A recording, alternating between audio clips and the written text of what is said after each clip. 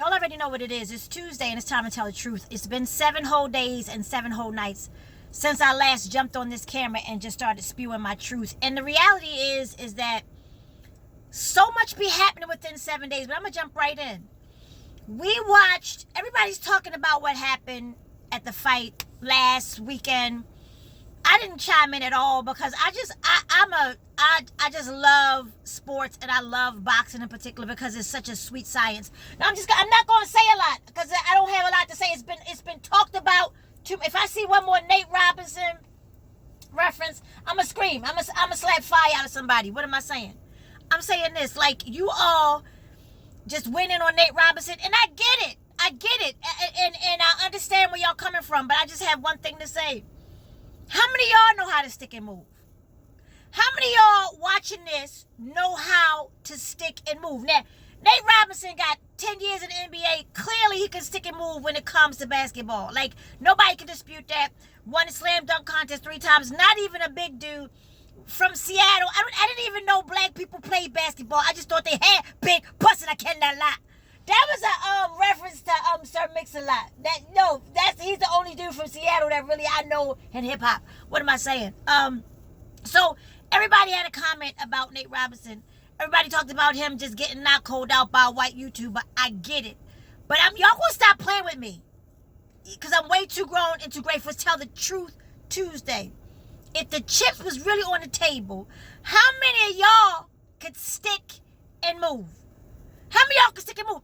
What am I saying? I'm glad y'all asked. How many of y'all know how to get in a situation, get what you got to get done, and get the heck up out of there? How many? Because the reality is that Nate had a plan. I'm not saying he executed the plan well, but I'm going to tell you right now, when he went in the ring, he looked like a beast. Did you see his back? Did you see it? His back was like, ha! His back was like Gorilla Monsoon. It was like, if he could have just beat for back, like on some Back to Life, his back was amazing. But the back is just the back story. That means that he did do some work somewhere. Maybe not in the ring, but he worked somewhere. And he was planning on sticking and moving. If you watch, there was an interview of Nate before the fight calling out the YouTuber dude, Jack Paul, John Paul, whatever. I didn't even commit his name to memory. No, because he's trash. He's trash. I didn't commit his name to memory, but there was a video out where Nate went in about, you talking all this trash. Why don't you fight a real athlete? I've been watching film. What? He's never fought anybody except for when he played basketball. He used to smack fire out of dudes. But in the sweet science, they call boxing, in the sweet science of boxing, Nate Robinson had never laid a paw, a jab, a combo. He never slipped. He never knew how to stick and move when it came to boxing. There's a metaphor in this. I know y'all ain't trying to hear this, but y'all gonna stop playing with me. The metaphor is know when to get in something and know when to get the heck out. Know how to make your impression. In other words, you know how now when you post something, people want to see how many impressions. That means how many people actually just, checked for it. You want to leave an impression. I think I'm saying something. You want to leave an impression, but then you want to know when to get the heck out of Dodge. Because what happens is when you stay too long, I'm going somewhere, and you don't know how to stick and move, you get knocked all the way the heck out. Yes, you get knocked out. And that's what happened to Nate. Nate had the best intentions. His body was in top shape. He had the language. He had the moves. But he came in there. Ain't nobody going to talk back to me tonight. He came in there like it was a street fight. He didn't come in there sticking and moving. He came in there like he was about to maul somebody. He was grappling. It was like some MMA. I'm just trying to paint the picture that you got to know how to hold him, know when to fold him, know when to walk away, know when to run. And Nate, I forget that he was knocked flat out. The brother didn't stick and move. I didn't see one combo. I didn't see one uppercut. I didn't see him slip. When the dude caught him, he caught him every time. And that's the thing. How many of y'all realize that you've been caught because you ain't know how to stick and move? You got to know how to get in and get out. And then if you don't, you out of here. So the metaphor for me was watching the next fight, the big fight. Yeah, I'm going to go there. The metaphor for me was watching Roy Jones Jr. and Iron Mike Tyson. I'm going to say it, and then I'm done.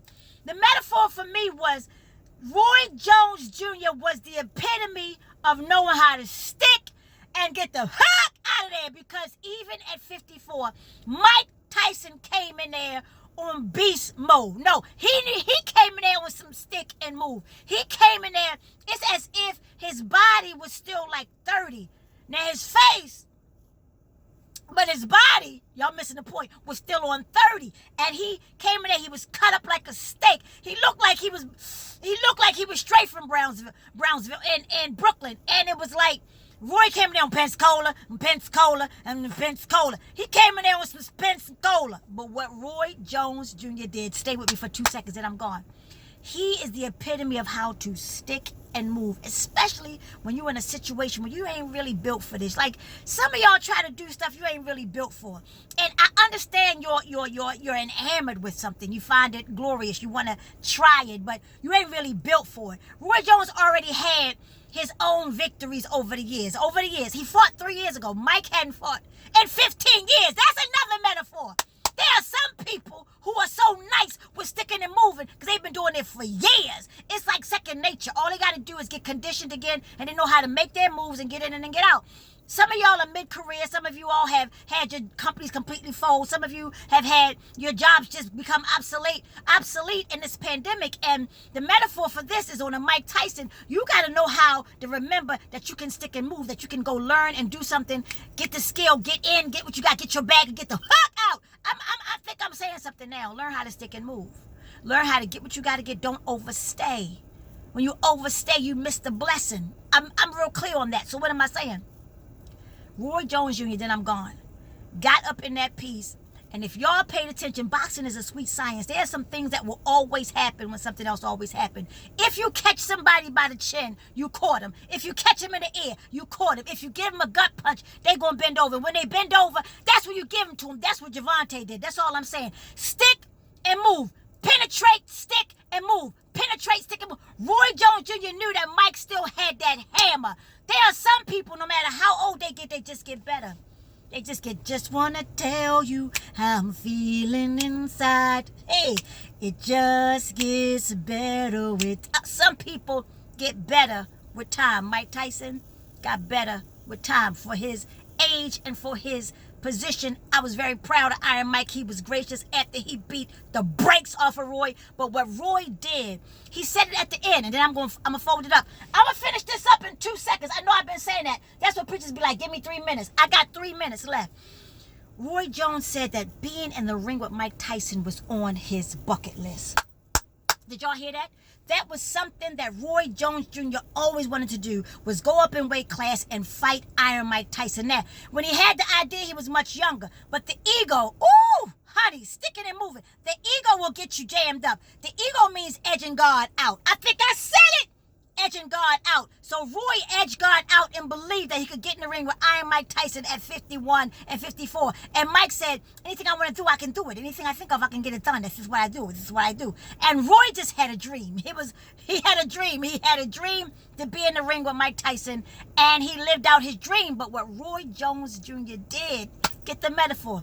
Roy Jones Jr. watched the tape.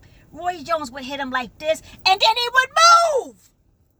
He would hit, and then he would move. What am I saying? Stick and move. If you really about that life, if you really want what you say you want, get in there, stick, and get up out of there. And that's what Roy Jones Jr. did. And what am I saying? There will be moments in your life where you are facing a situation. You're facing a person, a moment, a diagnosis, a loss, and you feel like, well, I'm just going to stick in here and just see what the end's going to be. But I can tell you that there will be times where that is not the formula. The formula is to get in there, put them 2 weeks notice in, get the fuck out. Because while you got them 2 weeks, you should be sticking and moving and conquering your next adventure. You should be getting bold and rethinking and reimagining your career. Nothing or no one should be able to counterpunch. What am I saying? When they hit you, you should slip, stick, and move. Y'all gonna stop playing with me. I ain't worrying about Nate getting knocked down. What I'm more concerned about is his inability to stick and move. If the brother would have really, really had a few fights before he got in the ring with that big Ohio player, it might have been a different outcome. But also, know your limit. When I say know your limit, don't think that you have limits. Just know the limit in that moment, because you can always exceed it. I think I said something. You can always exceed the previous limit, but you got to know how to stick and move. I'm here to tell you, I bear witness. I know how to stick and move. Y'all gonna stop playing with me. I'm way too grown and I'm way too grateful. It's Tell the Truth Tuesday. Y'all been helping me stick and move. Drop something in that Cash App. $INDIEM. Stick and move.